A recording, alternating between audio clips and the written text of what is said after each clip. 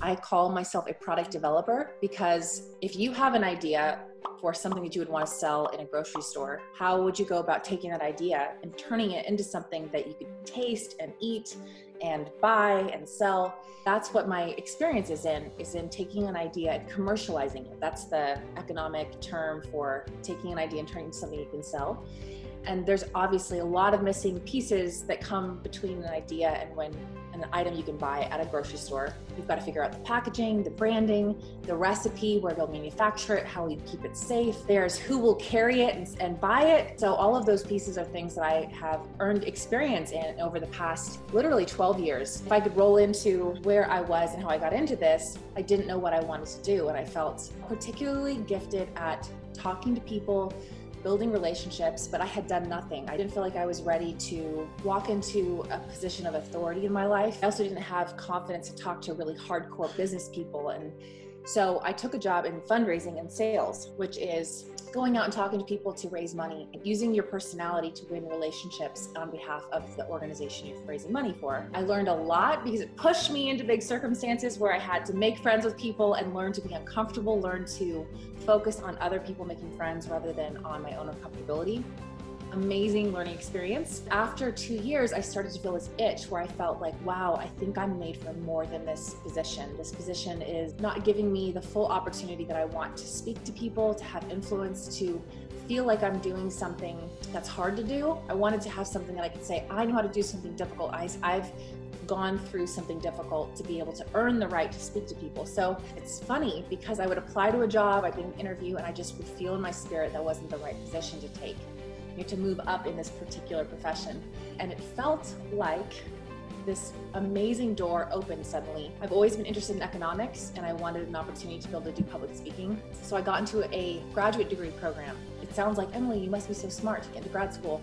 Really, it wasn't that. I had gotten C's in Calculus 1 and you have to have Calculus 3 to get into this program. It was a miracle. I studied really hard and I definitely got a good grade on my entrance exam, but none of the other coursework was there. So it wasn't because of that. It was because I'd go over there and talk to the dean about my ideas. He said, Emily, wow, if you were smart enough to finish grad school and get a PhD, you would be a great public speaker. And I thought, oh my gosh, this is my calling. I'm going to be like a PhD doctor. I'm so smart. I'm like, this is amazing. This is everything I've been waiting for. Amazingly enough, they helped me to pay for it too. And so I was just like, this is a divine calling. And so I moved back from my apartment into my parents' house and I started studying economics and I was in a literal PhD program. This is totally God's calling for my life. This is so exciting. Like I'm going to be a super speaker all over the world. Amazing. And every single class I was failing. Every class I failed over and over and over again. It was very clear by the end when they had a test to prove whether or not you deserved to go on to get a PhD. I failed it. Failed it twice. You only get 2 chances. They kicked me and another student out of the program and I was heartbroken because I felt like I missed that one opportunity for me to be a success. I talked to our program director and I said, I'm so sorry I let you down. This is humiliating for me. I'm gonna keep going. I'm gonna get into another PhD program. And Danny said, Emily, I think maybe you're not cut out for this. I think you should go into business. And I felt insulting at the time. I asked my dad, what should I do? I don't even know where to apply for jobs. I can't go back to what I was doing before.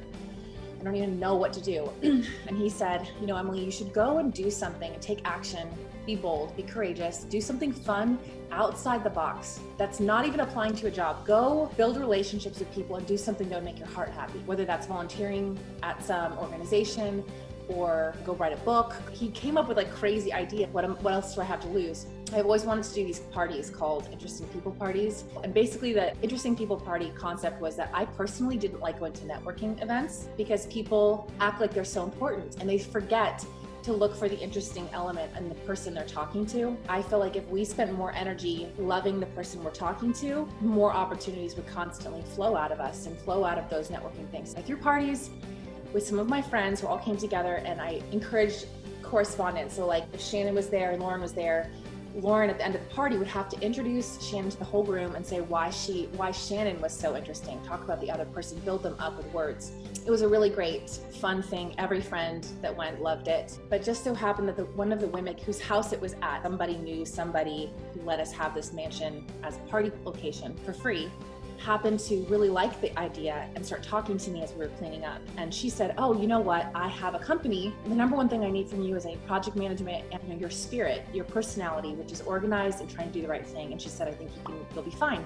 I'm going to give you a super low salary, but you should come work for me. So I took this job and it changed my life because I learned so much from this woman. I call her a glitter tornado because she's so wild with energy and creativity. Again, I was scared to take the job because she's a little emotional, high energy. Is she gonna make me an admin? Am I gonna be getting her coffee? If you're an organized person, you don't want to take a job unless you have a good job description. And this was the type of company that does not do job descriptions. How am I gonna know if I'm gonna be successful for you and help you if I don't know what you really need? And she said, no, we're gonna call you a project manager. We're gonna pay you this much and you're just gonna show up on Monday and help me organize things. She also started this company when she had made no money, and now has products in Trader Joe's and they're very successful. She's like this, constantly pulling in ideas and making things happen. So she needed someone to pick up the ideas and make sure that they were followed through on. It was an accidental thing. And by that process, I helped her write job descriptions. I helped her organize the whole company. I helped her to get investors and possibly sell the company. I learned everything just by being there, and I didn't have any credentials for it, but it was a really good fit. She ended up becoming one of my closest friends. And she is to this day one of my closest friends. She kept promoting me in that position, really making no money, to being a significant person in their company. They gave me a promotion to VP of operations because they said, we want you to stay on and one day run the company if we sold it. Very exciting thing after 5 years of working there. That was amazing. That's how I learned product development.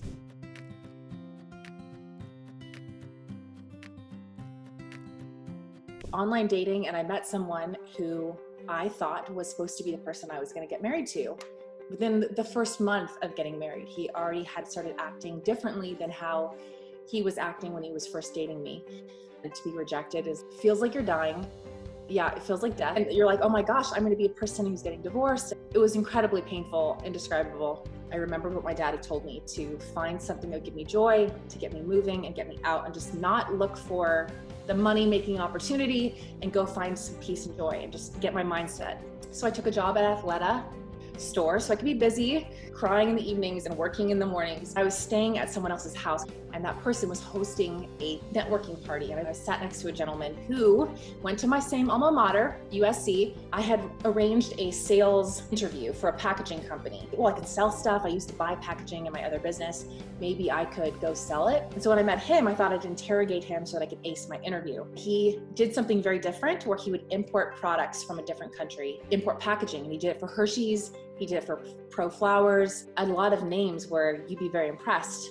I knew all of the candy companies that he did this for. He was trying to sell his business. Interesting, his business doesn't make a lot of money, so it's not like he's gonna sell it for a lot. It's really the relationships that he had. I thought, there's a trade show happening the next month that I knew about, and I thought, I wonder if I could do something like that, and started getting gutsy. And I said to this gentleman at this party, Patrick, I don't know why you're selling this business to some guys that you don't even like or care about. You should sell it to me. I can do it. And he totally said, like, there's no way you could do this. And I was like, try me. You let me borrow your samples and go to this trade show and I'm gonna make it happen.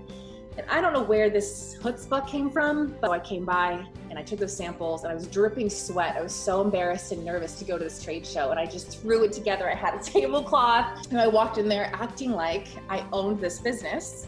So I acted like, I was like, how am I gonna make this work? I'm the packaging princess. Everyone orders from me. Why aren't you ordering from me? This will be the sign from God I'm supposed to buy this business, is if I get an order, then I will buy the business. I'd gone through this very embarrassing rejection period of time in my life where I felt like trash, and I really had to push myself to be uncomfortable.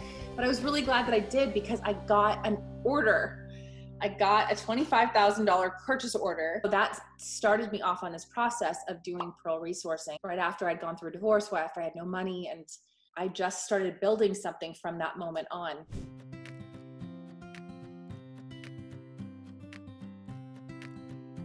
There's two things. The first one, I would come back to what my dad had said, and his advice was to go do something where you're creating and it gives you great joy, and it's tapping into what you feel you're one day destined to do. When he gave me that advice, I did something really stupid and crazy. I threw this party and I started handing out special invitations, and the creative energy of getting myself into that zone of doing something that would make my heart happy is, I think, what created the opportunity for Terry to find me attractive and want to hire me. And I think about that with dating. I think some people, you know, if you're not in a great state of mind, you're not going out and having fun and doing stuff that makes you light up, it's very hard to be your most attractive, beautiful self. Second step, I think, is really taking action. I say this because if you have listened to this from the very beginning, you hear that I don't like failing. I get very upset when I have an ambition or goal and I fail.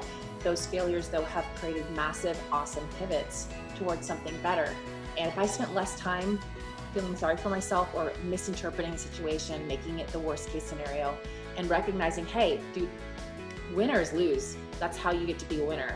Understanding that failure is actually an everyday occurrence and it's natural and healthy and important.